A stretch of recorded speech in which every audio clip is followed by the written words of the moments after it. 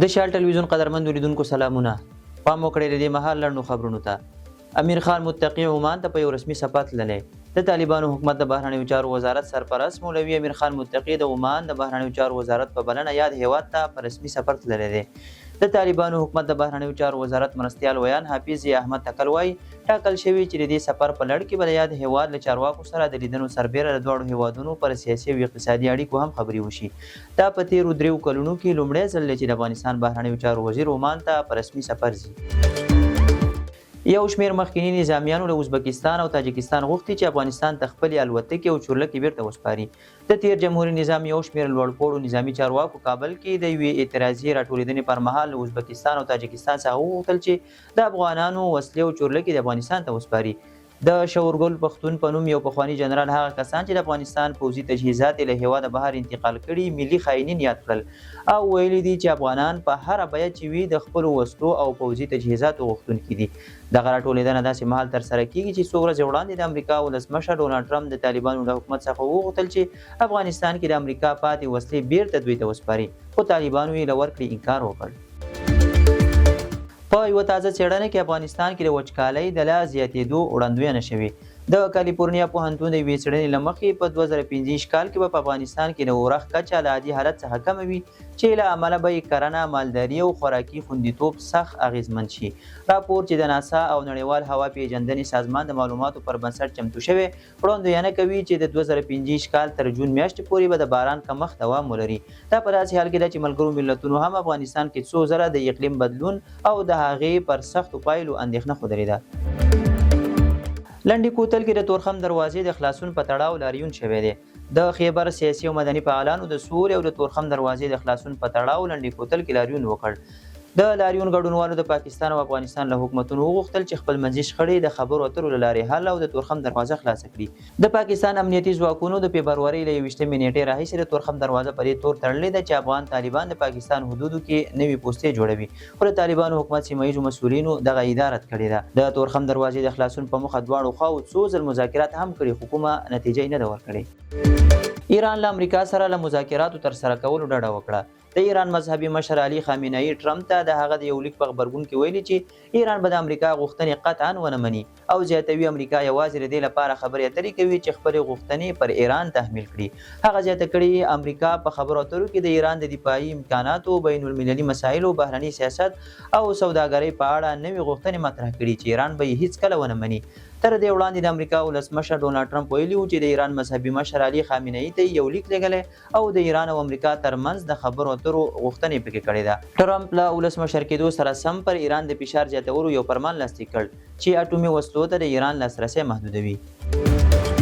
څلورو اروپایي هیوادونو د غزې د بیا رغونې له طرحې ملاتړ اعلان کړ. د راپورونو له مخې د فرانسې، جرمني، ایټالیا او بریتانیې بهرنیو چارو وزیرانو د عربي هیوادونو له هغې طرحې ملاتړ کړی چې د غزې بیا رغولو لپاره یې د 53 میلیارډو ډالرو لګښت وړاندیز کړی دی.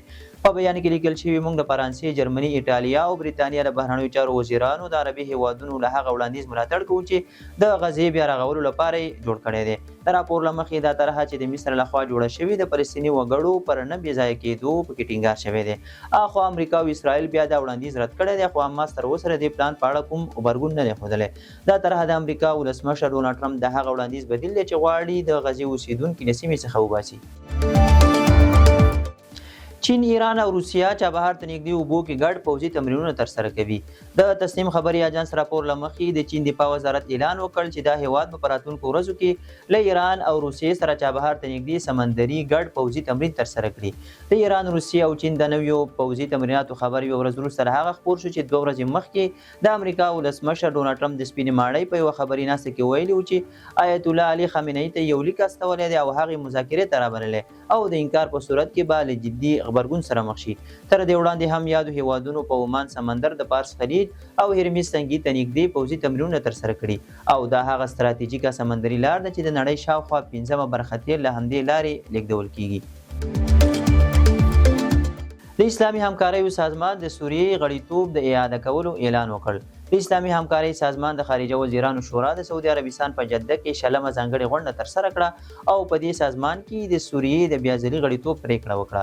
د یادونې ده چې په 2012 میلادي کال د اسلامي همکارۍ نړیوال سازمان کې د سوریې غړیتوب لغوه شوی و.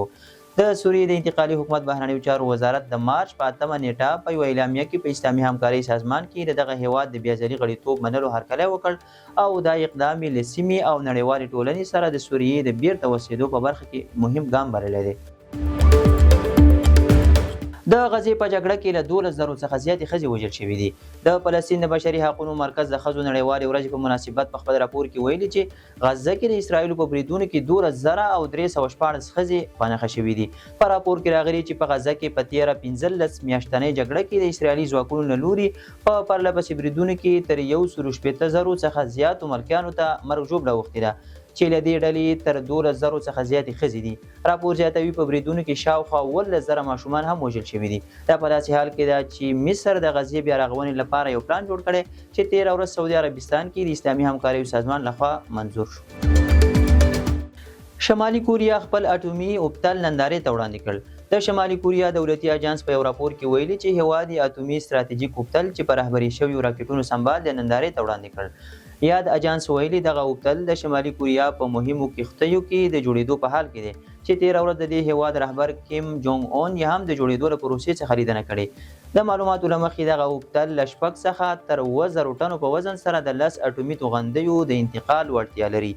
کارپوهانو د شمالي کوریا دغه اوبتل چې د اټومي توغندیو د انتقال وړتیا لري د جنوبي کوریا او امریکا لپاره جدي ګواښ ګڼلی. د شال ټلویزیون قدرمنو لیدونکو دا د دې مهال لنډ او مهم خبرونه. تر بیا ښه وخت.